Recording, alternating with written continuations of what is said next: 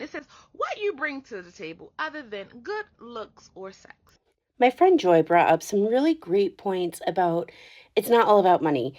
And in the world of podcasting today, podcasters want to talk about money when it comes to relationships. But I want to add to what she said. In my coaching practice, I am seeing a lot of marriages struggling because of a lack of intimacy.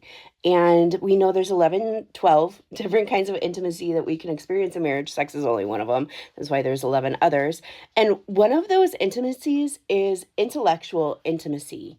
And I think that when we are talking about what we bring to a table for a relationship, absolutely we need to be talking about like it's more than money. Just because somebody doesn't have a ton of money doesn't mean that they don't have a lot to bring to the table. But one of the things that I see a lot of my coaching couples struggling with is a lack of intellectual intimacy because they aren't spending intentional time alone, apart from each other, pursuing interests outside of the marriage. So they're no longer an interesting person to be around.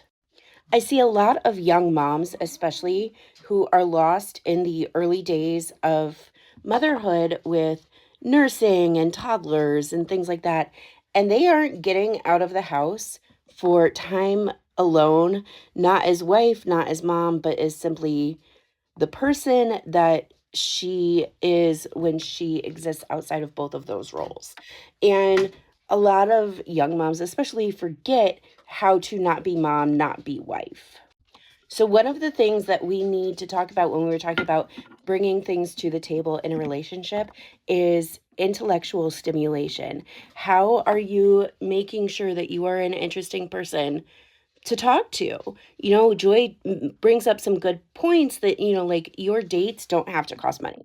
It can be things like going to the park and feeding the ducks and talking. Well, if you have not developed yourself in any way, you're going to run out of things to talk about really fast. So, things like reading books, listening to podcasts, going by yourself and doing things like maybe it's taking a cooking class on your own. So make sure that you are developing interests outside of your marriage, outside of your spouse, so that you can be an interesting person, so that you can go have good sex.